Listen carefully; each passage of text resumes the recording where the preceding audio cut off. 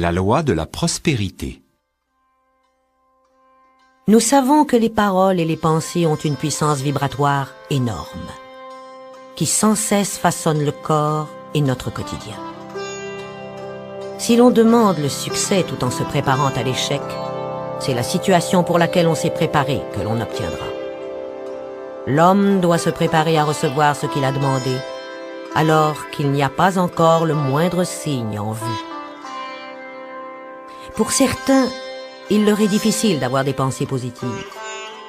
Leurs pensées adverses de doute, de crainte surgissent sans cesse du subconscient. C'est l'armée ennemie qui doit être mise en fuite. Une grande réalisation est souvent précédée de pensées lancinantes ou de doutes. En lançant un défi aux anciennes idées enfouies dans le subconscient par des pensées positives, l'erreur s'estompe elle-même. C'est alors le moment de faire de fréquentes affirmations, de se réjouir et de rendre grâce de ce que l'on a déjà reçu. L'homme ne peut obtenir que ce qu'il se voit recevoir. Toute grande œuvre, tout ce qui s'est fait de puissant a été aperçu par une vision antérieure. L'ami, le guérisseur, voit clairement le succès, la santé ou la prospérité et ne faiblit point parce qu'il n'est pas en cause. Il est infiniment plus facile de faire une demande pour autrui que pour soi-même. Par conséquent, il ne faut pas hésiter à demander de l'aide si l'on se sent faible. Un puissant observateur de la vie a dit un jour « Aucun homme ne peut échouer si une seule personne croit à sa réussite. » Tel est le pouvoir de la vision, et plus d'un homme a dû sa réussite à une épouse, une sœur ou un ami qui croyait en lui et qui sans faiblir sut maintenir la vision du modèle parfait. La puissance de la parole. L'on dit « Par tes paroles tu seras justifié et par tes paroles tu seras condamné ». Celui qui connaît le pouvoir de la parole fait très attention à sa conversation.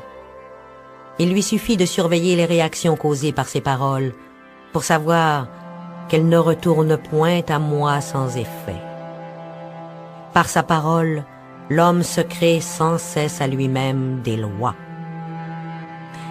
J'ai connu quelqu'un qui disait « Je manque toujours l'autobus qui invariablement passe au moment où j'arrive. » Sa fille, elle, disait « J'attrape toujours l'autobus, il arrive régulièrement en même temps que moi. » Et cela continua pendant des années. Chacun établit une loi pour soi, l'une d'échec, l'autre de réussite. Voilà l'explication psychologique des superstitions.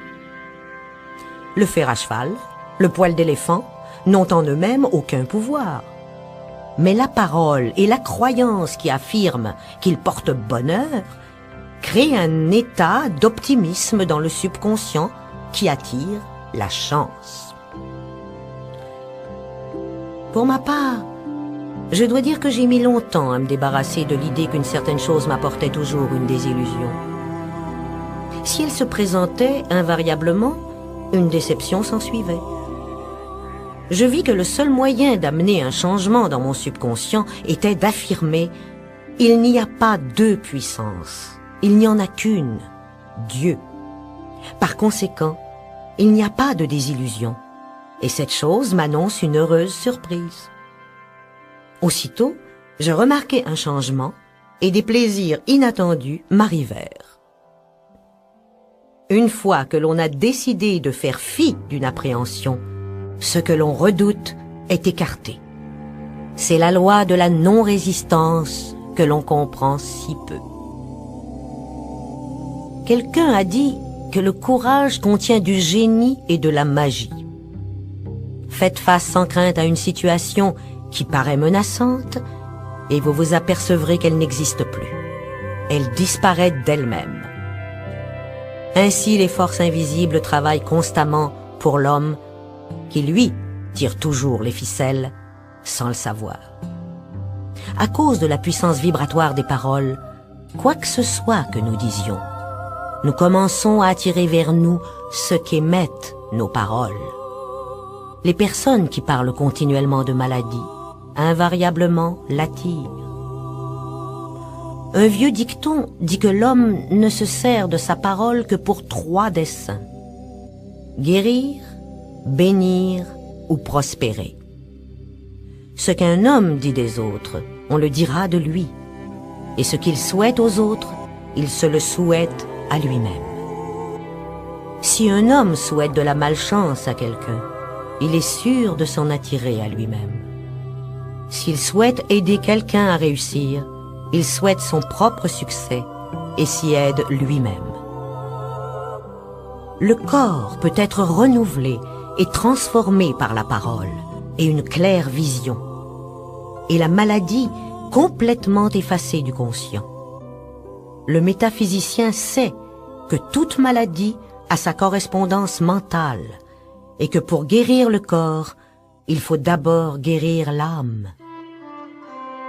C'est le subconscient, l'âme, qui doit être sauvée, sauvée des pensées négatives.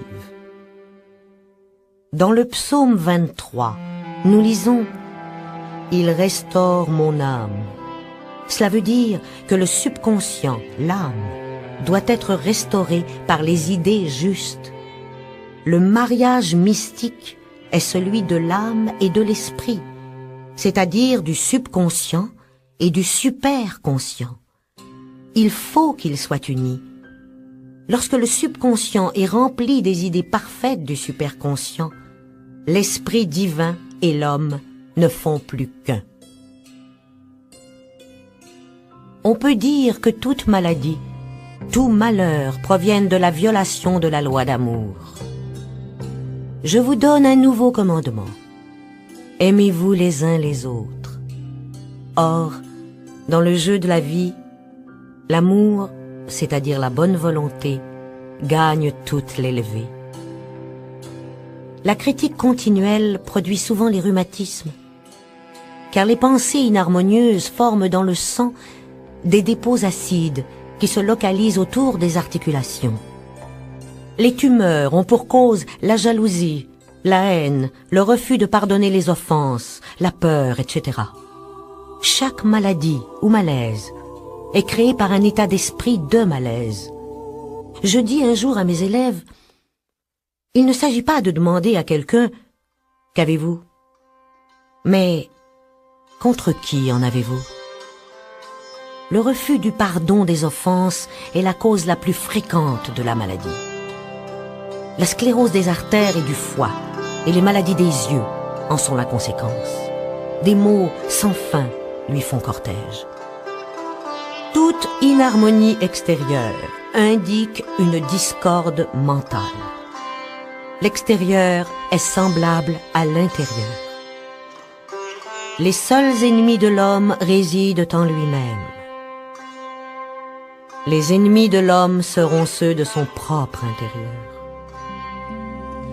L'homme éclairé s'efforce de se perfectionner en servant son prochain.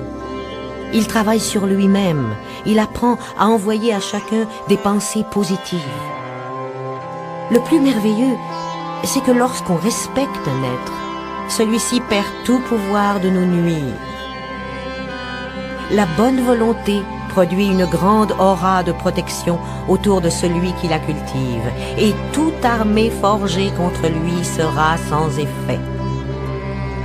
En d'autres termes, l'amour et la bonne volonté détruisent les ennemis qui sont en nous, et par conséquent, nous n'avons point d'ennemis à l'extérieur.